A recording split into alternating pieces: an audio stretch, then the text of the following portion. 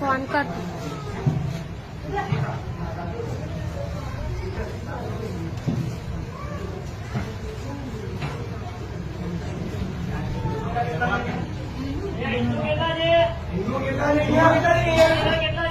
हिंदू છે સાઈડમાં જાઓ આ બે હિન્દુ લાગે છે કોઈ ના હિન્દુ છે જોવાથી ખબર પડે સાડી વાળી જીતને હિન્દુઓ सब साइड में आ जाओ सिंदूर तिलक में माथे ओढ़વાની પ્રથા હિન્દુમાં જ છે બીજા કોઈ ક્રિશ્ચિયનમાં નહીં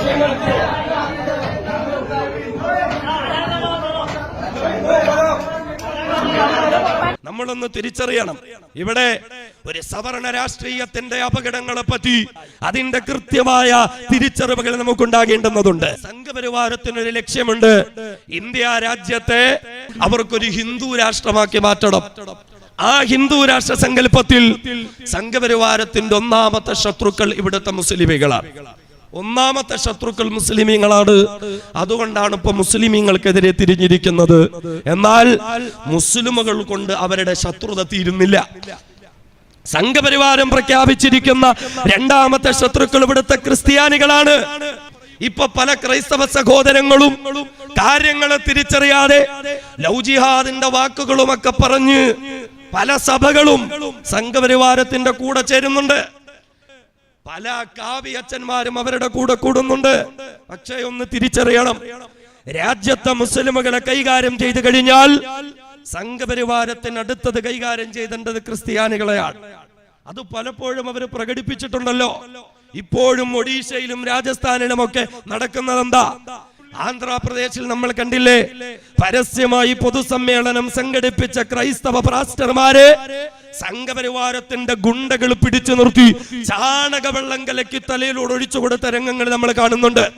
ഇന്ത്യയിലേക്ക് കുഷ്ഠരോഗികൾക്കിടയിൽ പ്രവർത്തിക്കാൻ വന്ന ക്രൈസ്തവ മിഷനറി പ്രവർത്തകരായ ഗ്രഹാം സ്റ്റെയ്സൺ എന്ന മനുഷ്യനെയും അദ്ദേഹത്തിന്റെ പിഞ്ചുമക്കളെയും രാത്രിയുടെ നിശബ്ദതയിൽ വാഹനത്തിനുള്ളിലിട്ട് തീയിട്ട് കരിച്ചരിച്ച് ചുട്ടുകൊന്നു കളഞ്ഞ സംഘപരിവാരത്തിന്റെ ക്രൂര ചെയ്തികളെ ക്രൈസ്തവ സഭകളും സമൂഹങ്ങളും മറക്കാൻ പാടില്ല. കർത്താവിന്റെ മണവാട്ടികളായി മിഷനറി പ്രവർത്തനത്തിന് വേണ്ടി വരുന്ന എത്രയോ സഹോദരിമാരുടെ മാനം പിച്ച് ചീന്തിയ സംഘപരിവാരം അവർക്ക് ക്രൈസ്തവ സമൂഹത്തോടുള്ള വെറുപ്പും വിദ്വേഷവും നമുക്ക് മറക്കാൻ പറ്റുന്നതല്ല. അതുകൊണ്ട് തന്നെ മുസ്ലിമുകൾ കഴിഞ്ഞാൽ സംഘപരിവാരത്തിന് കൈകാര്യം ചെയ്യേണ്ടത് ക്രിസ്ത്യാനികളെയാണ്. മൂന്നാമത് സംഘപരിവാരം ശത്രുക്കളായി പ്രഖ്യാപിച്ചിരിക്കുന്നത് രാജ്യത്തെ കമ്മ്യൂണിസ്റ്റുകാരായ സഹോദരങ്ങളെയാണ്. അതുകൂടി കഴിഞ്ഞാൽ സംഘപരിവാരം ലക്ഷ്യം വെക്കുന്ന ഒരു ഹിന്ദു രാഷ്ട്രം ഇവിടെ ഉണ്ടാക്കിയെടുക്കാം. പക്ഷേ അത് ഏത് ഹിന്ദു രാഷ്ട്രമാണ്? മുമ്പ് ഇവിടെ സഹോദരൻ സൂചിപ്പിച്ചതുപോലെ സവർണ ബ്രാഹ്മണ വരേണ്യ ആധിപത്യമുള്ള ഹിന്ദു രാഷ്ട്രം. മനുസ്മൃതിയുടെ നിയമമായിരിക്കും ഇവിടെ നടപ്പിലാക്കപ്പെടുന്നത്. 6000 പദം ജാതികളുടെയും ഉപജാതികളുടെയും നിയമം ഇവിടെ കൊണ്ടുവരും. ബ്രാഹ്മണന്മാരെന്ന പേരിൽ, വൈശ്യന്മാരെന്ന പേരിൽ, ക്ഷത്രിയന്മാരെന്ന പേരിൽ, ശൂദ്രന്മാരെന്ന പേരിൽ രാജ്യത്തെ ജനങ്ങളെ പല തട്ടുകളിലാക്കും. എന്നിട്ടോ പ്രായപൂർത്തിയെത്തിയ കീഴാള കുടുംബത്തിലെ പുരുഷന്മാർക്ക് മൂക്കിന് കീഴെ മീശ വളർത്താനെന്ന അവകാശമുണ്ടാകില്ല. പ്രായപൂർത്തിയെത്തിയ കീഴാള കുടുംബത്തിലെ അമ്മ പെങ്ങന്മാർക്ക് മാറുമറയ്ക്കാൻ, നാണം മറയ്ക്കാൻ അവകാശമുണ്ടായിരിക്കില്ല. പൊതുവഴിയിലൂടെ നടക്കാനുള്ള അവകാശമില്ല.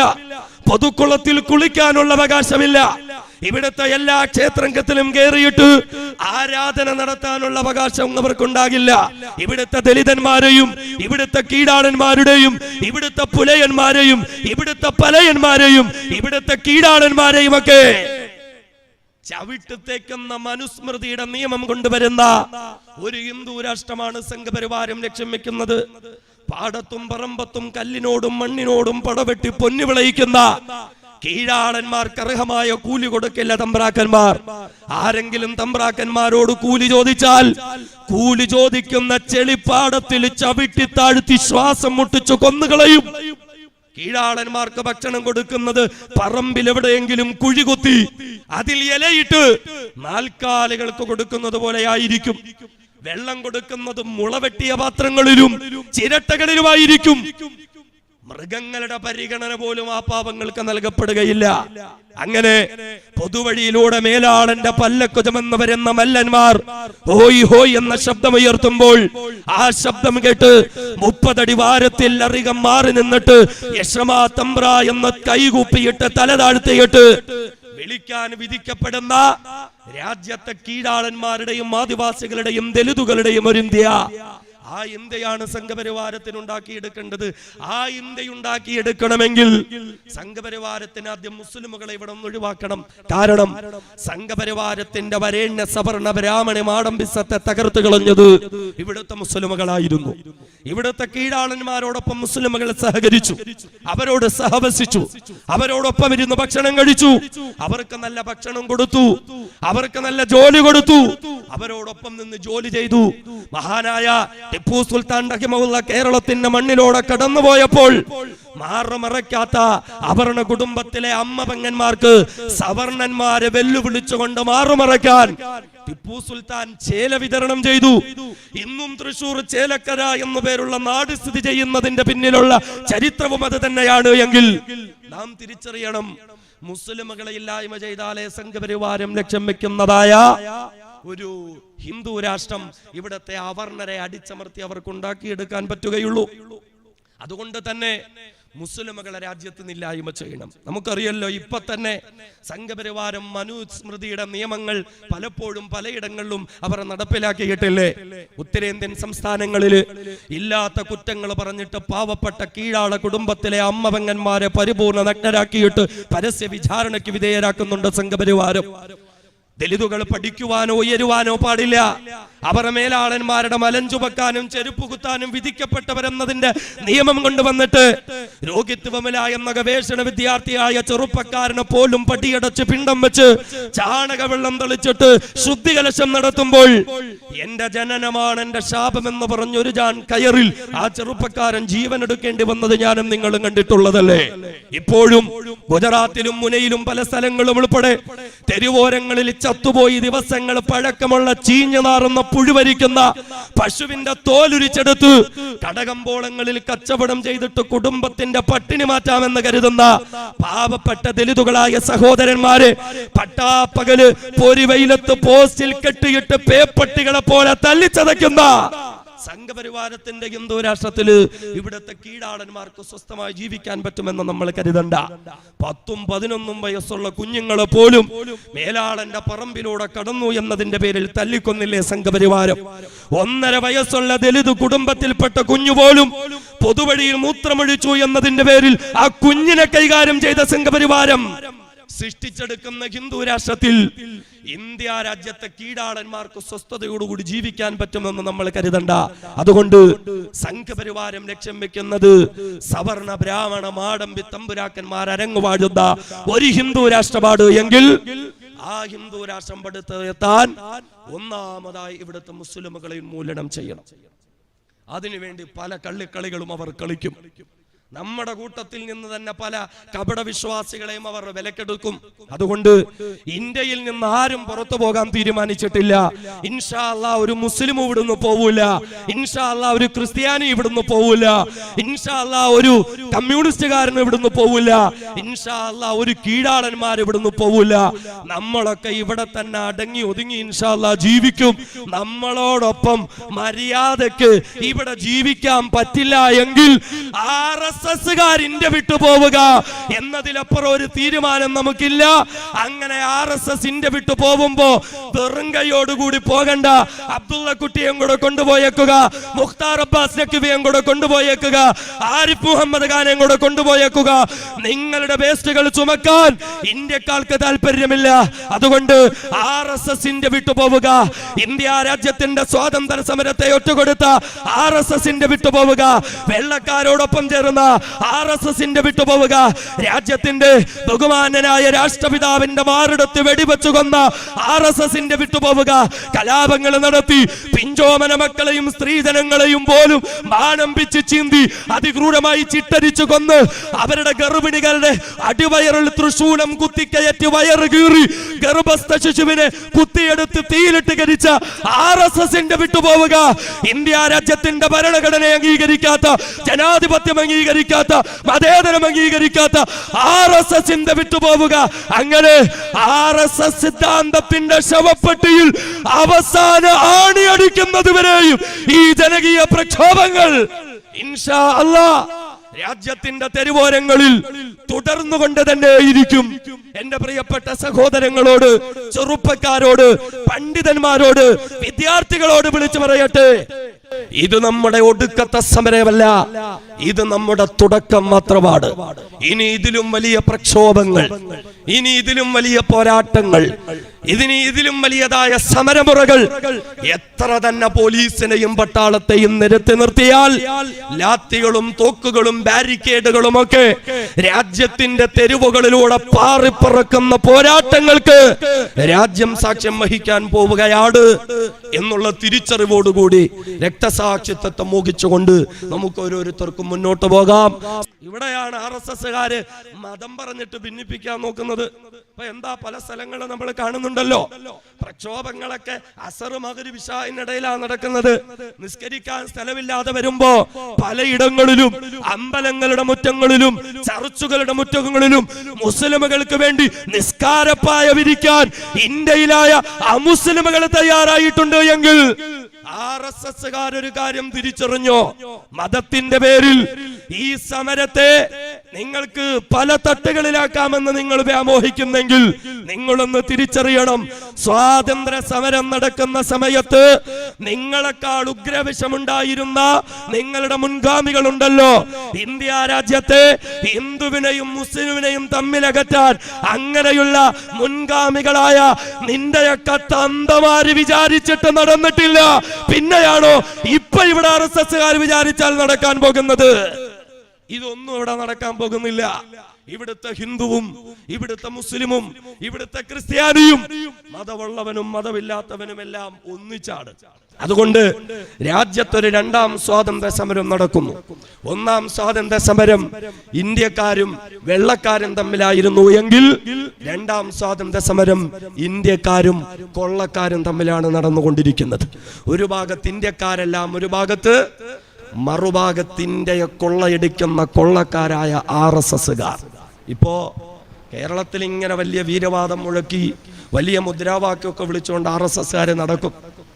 ഗുജറാത്ത് മറന്നിട്ടില്ലല്ലോ, ഗുജറാത്ത് നിങ്ങൾ മറന്നിട്ടില്ലല്ലോ, അന്ന് ഒരു തൃശ്ശൂലൊന്നും അകത്ത് വെച്ചിട്ടില്ല. RSSകാർ ആരെങ്കിലും കേൾക്കുന്നെങ്കിൽ നിങ്ങൾ ഓർത്തോ, ഗുജറാത്ത് ഞങ്ങൾ മറന്നിട്ടില്ലടോ, എല്ലാം ഞങ്ങൾ കൃത്യമായി വരവ് വെച്ചിട്ടുണ്ട്. അതുകൊണ്ട് അത് ഞങ്ങൾ മറന്നിട്ടൊന്നുമില്ല.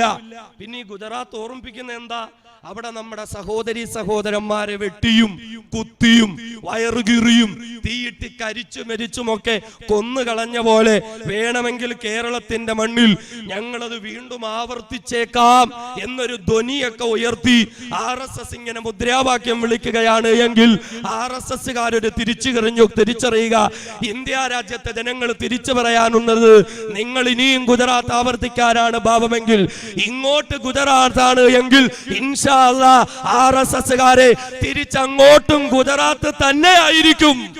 മറ്റൊരു തീരുമാനവും ഇന്ത്യയിലെ ജനങ്ങൾക്കില്ല. ഇങ്ങനെ ഭീഷണിപ്പെടുത്തുക. പക്ഷെ നടക്കുന്ന എന്താണെന്നറിയോ, ആസാമില് RSSകാരനായ മുഖ്യമന്ത്രി വീട്ടിൽ നിന്ന് പുറത്തിറങ്ങാൻ പറ്റുന്നില്ല. വീടിന്റെ പിന്നാമ്പുറത്ത് ഒരു ഏണി ചാരി വെച്ചിട്ട് മതില് ചാടിയിട്ട് രക്ഷപ്പെടുക. RSSകാരൊക്കെ കാണുന്നുണ്ടാവുമല്ലോ. അതുകൊണ്ട് പൊന്നുമക്കളെ, വീട്ടില് നല്ല ഉറപ്പുള്ള ഓരോ ഇരുമ്പേണി വാങ്ങിച്ചു സൂക്ഷിച്ചു വെച്ചോ. നാളെ ഒരു ദിവസം പാതിരാത്രി മതില് ചാടി രക്ഷപ്പെടാനെങ്കിലും ഉപകരിക്കപ്പെട്ടേക്കും. ആ അവസ്ഥയിലേക്ക് രാജ്യം എത്തിച്ചേർന്നിരിക്കുകയല്ലേ. ഇന്ത്യ രാജ്യത്ത് ഒരു രണ്ടാം സ്വാതന്ത്ര്യ സമരത്തിന് തുടക്കം കുറിച്ചിരിക്കുന്നു. ഈ യുദ്ധം ഇവിടെ തുടങ്ങിയത് RSSകാരായ ഭരണാധികാരികളാണ്. എന്നാൽ ഇന്ത്യയിലെ ജനങ്ങൾ തിരിച്ചു പറയുന്നു, ഈ യുദ്ധം തുടങ്ങിയത് നിങ്ങളാണ് എങ്കിലും ഈ യുദ്ധം അവസാനിപ്പിക്കാൻ നിങ്ങൾക്ക് പറ്റില്ല. ഈ യുദ്ധം അവസാനിപ്പിക്കുന്നത്, ഈ യുദ്ധത്തിന്റെ അവസാനം വിജയം കൈവരിക്കുന്നത് ഇൻഷാ അല്ലാഹ് ഇന്ത്യയിലെ ജനങ്ങളായിരിക്കുമെന്നുള്ളത് RSSകാരും ഇവിടുത്തെ ഭരണാധികാരികളും തിരിച്ചറിഞ്ഞുകൊള്ളുക. രാജ്യം അങ്ങനെയാണ് പോയിക്കൊണ്ടിരിക്കുന്നത്. പിന്നെ RSSകാരെ പാവ ഒരുപാട് സ്വപ്നം കണ്ടുപോയി. മുസ്ലിങ്ങളൊക്കെ ഇവിടുന്ന് അങ്ങ് ഓടിപ്പോകുമ്പോ നമ്മുടെ സ്വത്തും സമ്പത്തും ഒക്കെ പിടിച്ചെടുക്കാമെന്ന് സ്വപ്നം കണ്ടിരുന്നു പോയി. ടൗണുകളിലുള്ള മാളുകളും കണ്ട്, ഷോപ്പിംഗ് കോംപ്ലക്സും കണ്ട്, കടകമ്പോളങ്ങളും ഒക്കെ കണ്ട് അതൊക്കെ അങ്ങ് വീതിച്ചെടുക്കാൻ നമ്മളൊക്കെ ഇവിടുന്ന് അങ്ങ് പോവും. RSSകാരൊക്കെ ഒരു കാര്യം തിരിച്ചറിഞ്ഞോ? ഇതിപ്പോ പഴയ ഇന്ത്യയൊന്നും അല്ല, ഇതിപ്പോ പഴയ ഇന്ത്യയൊന്നുമല്ല. പണ്ട് നിന്റെയൊക്കെ തൃശൂലങ്ങളുടെ മുമ്പിൽ കൈകൂപ്പി നിന്ന കുത്തുബുദ്ദീൻ അൻസാരിമാരെ നീയൊക്കെ കണ്ടിട്ടുണ്ടാവുള്ളൂ. ഇപ്പൊ അവസ്ഥയൊക്കെ മാറി. ഇപ്പോഴൊക്കെ നിന്റെ കയ്യിലിരിക്കുന്ന തൃശൂലം പിടിച്ചു വാങ്ങാൻ കെൽപ്പുള്ള ആൺകുട്ടികളും പെൺകുട്ടികളുമുള്ള രാജ്യമാണ് ഇന്ത്യ. RSSകാരൻ അത് തിരിച്ചറിഞ്ഞോ? അതുകൊണ്ട് ഞങ്ങൾ ഇൻഷാ അല്ലാഹ് ഇന്ത്യയുടെ മണ്ണിൽ ജനിച്ചവരാണ് എങ്കിൽ ഇവിടെ തന്നെ ഇൻഷാ അല്ലാഹ് ഞങ്ങൾ ജീവിക്കും, ഇവിടെ തന്നെ ഇൻഷാ അല്ലാഹ് ഞങ്ങൾ മരിക്കും. എവിടേക്ക് പോകാനും ഞങ്ങൾ തീരുമാനിച്ചിട്ടില്ല. ഇനി ഒരു കാര്യം തിരിച്ചറിഞ്ഞോ?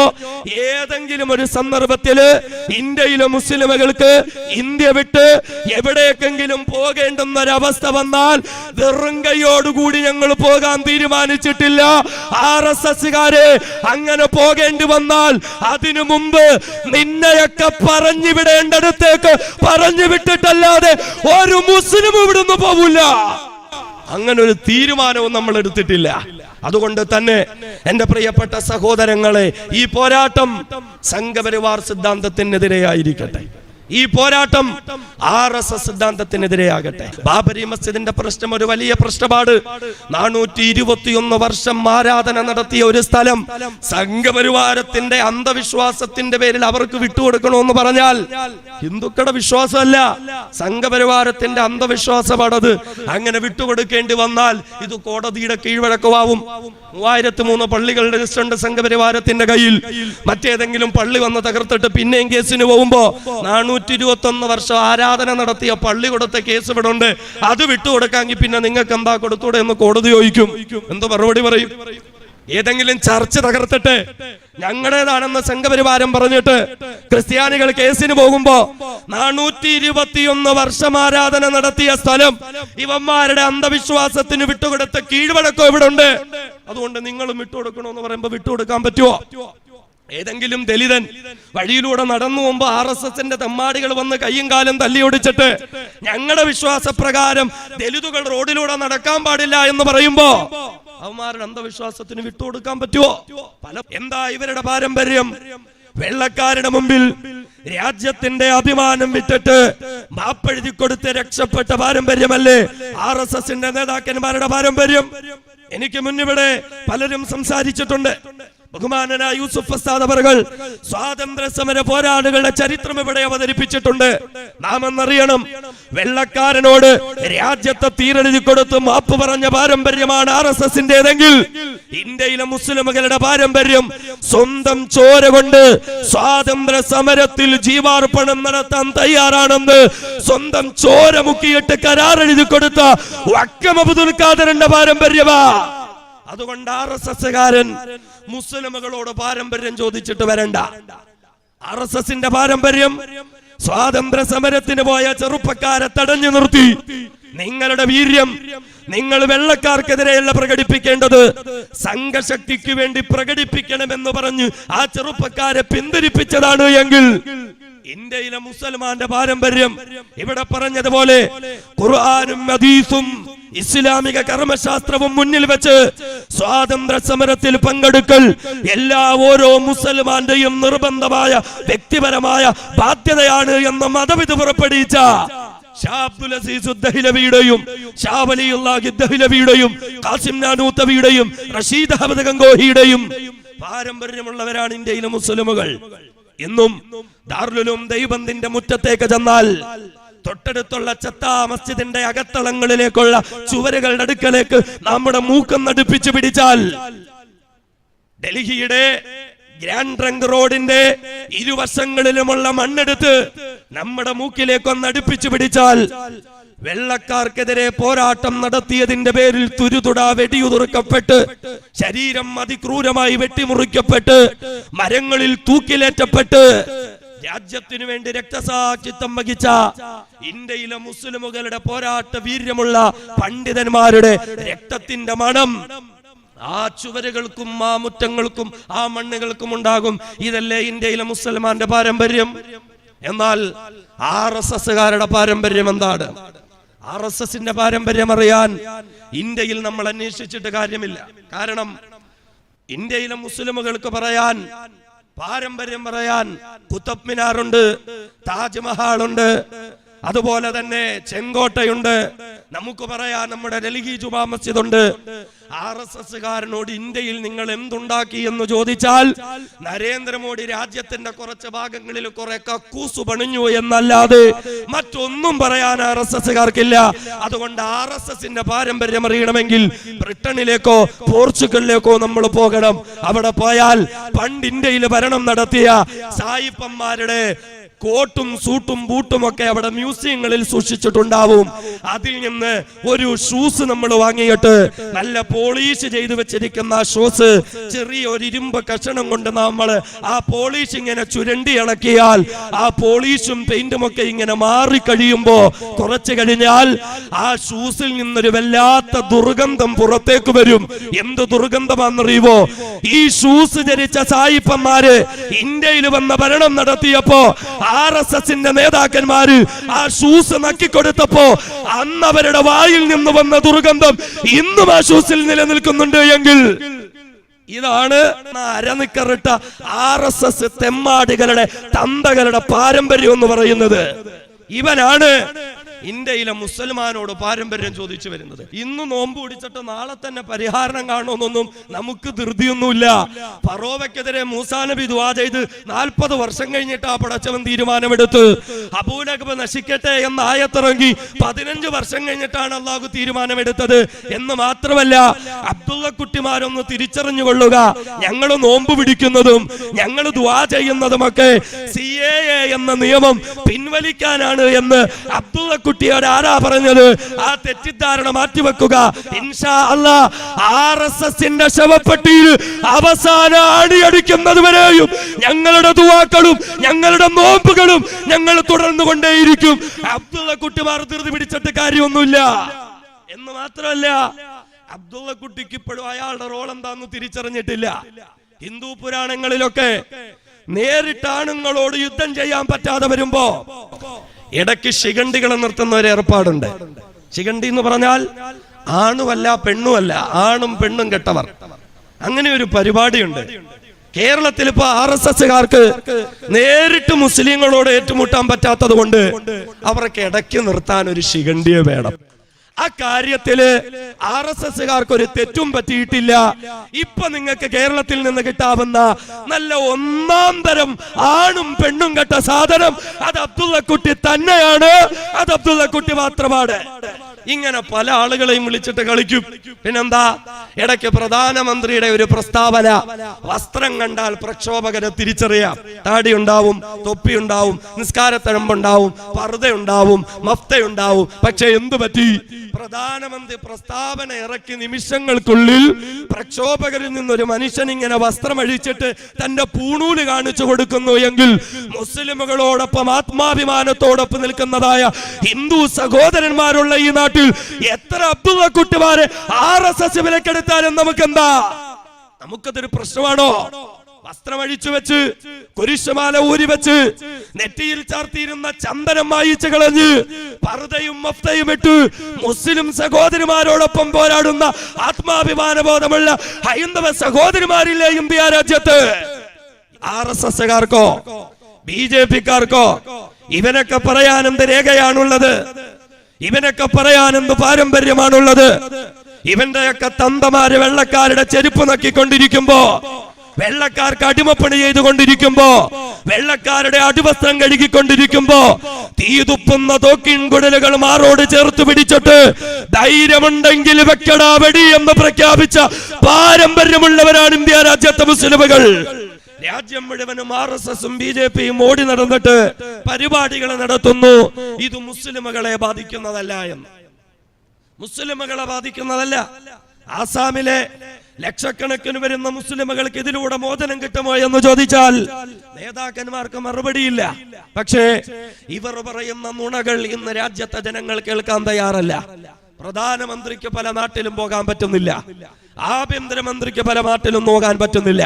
കേരളത്തിന്റെ മണ്ണിലേക്ക് പോലും ആഭ്യന്തരമന്ത്രിയായ അമിത്ഷാ ഗൃഹസമ്പർക്ക പരിപാടികൾ ഉദ്ഘാടനം ചെയ്യാൻ വരുമെന്ന് പറഞ്ഞപ്പോഴും നട്ടെല്ലിനുറപ്പുള്ള ആൺകുട്ടികളുടെ പ്രതിഷേധം ഏറ്റുവാങ്ങേണ്ടി വരുമെന്നറിഞ്ഞപ്പോൾ തീരുമാനങ്ങളൊക്കെ മാറ്റിവെച്ചിട്ട് അദ്ദേഹത്തിന് മടങ്ങിപ്പോകേണ്ടി വന്നിട്ടുണ്ട് എങ്കിൽ അറബിക്കടലിൽ മുസല്ല വിരിച്ച് നിസ്കരിക്കുന്നത് കണ്ടാലും RSSനെ വിശ്വസിക്കരുത് എന്ന് പറഞ്ഞു പഠിപ്പിച്ച മുൻകാല നേതാക്കന്മാരുടെ വാക്കുകൾക്ക് ഇന്ത്യ രാജ്യം മുഴുവനും കാതോർത്ത് അനുസരിക്കുന്ന ഒരവസ്ഥയിലേക്കാണ് ഈ രാജ്യം എത്തിച്ചേർന്നിരിക്കുന്നത്. ഇത് കൃത്യമായ മുസ്ലിം വിരോധത്തിന്റെ പേരിലാണ്. ഇത് ഇസ്ലാമിനോടും മുസ്ലിമുകളോടുള്ള എതിർപ്പിന്റെയും വെറുപ്പിന്റെയും പേരിലാണ്. ആ വെറുപ്പും ആ എതിർപ്പും മറനീക്കി പുറത്തു വന്ന് അധികാരത്തിന്റെ കേന്ദ്രങ്ങളിൽ ഇരിക്കുമ്പോഴും ആ എതിർപ്പിന്റെ പേരിൽ ഭരണഘടനയെ അവഹേളിക്കാൻ പോലും RSS നേതൃത്വം കൊടുക്കുന്ന NDA സർക്കാരിന് മടിയില്ല എന്ന് പറയുമ്പോൾ ഇത് ഇന്ത്യ രാജ്യത്തെ ഭരണഘടനയെ അവഹേളിക്കലാണ്. ഭരണഘടനയെ അവഹേളിക്കുന്നത് ഇന്ത്യക്കാരെന്നുള്ള നിലയിൽ നമുക്ക് മറക്കാൻ പറ്റുന്നതല്ല, നമുക്ക് പൊറുക്കാൻ പറ്റുന്നതല്ല, നമുക്ക് സഹിക്കാൻ പറ്റുന്നതല്ല. അതുകൊണ്ട് ഭരണഘടനയെ അവഹേളിക്കുന്ന RSSനെ പരാജയപ്പെടുത്തി ഈ രാജ്യത്തില്ലായ്മ ചെയ്യുന്നത് വരെയും നമ്മുടെ ജനകീയമായ പോരാട്ടം ശക്തിയുക്തമായി മുന്നോട്ട് പോകേണ്ടുന്നതുണ്ട് എന്ന തിരിച്ചറിവിലോടുകൂടെയായിരിക്കണം നമ്മുടെ ഈ സമരമുഖങ്ങളിലേക്ക് കടന്നു വരേണ്ടുന്നത്. ഇവിടെ ഒരു വിസമ്മതം പ്രകടിപ്പിക്കാൻ നാം ഓരോരുത്തരും തയ്യാറാകേണ്ടുന്നതുണ്ട്.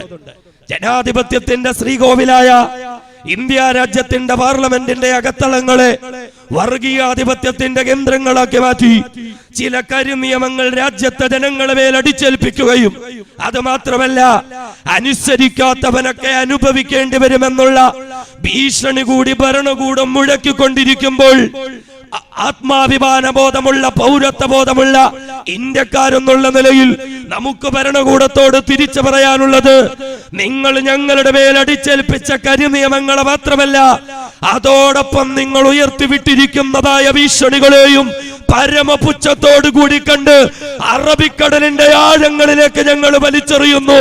നിങ്ങളെ അനുസരിക്കുവാനോ നിങ്ങൾക്ക് കീഴൊതുങ്ങുവാനോ ഇന്ത്യൻ ജനതയ്ക്ക് മനസ്സില്ല എന്ന് നമ്മുടെ ഈ സമരങ്ങളിലൂടെ നമ്മുടെ പ്രക്ഷോഭങ്ങളിലൂടെ പ്രഖ്യാപിക്കാൻ ഞാനും നിങ്ങളും തയ്യാറാകേണ്ടതുണ്ട്.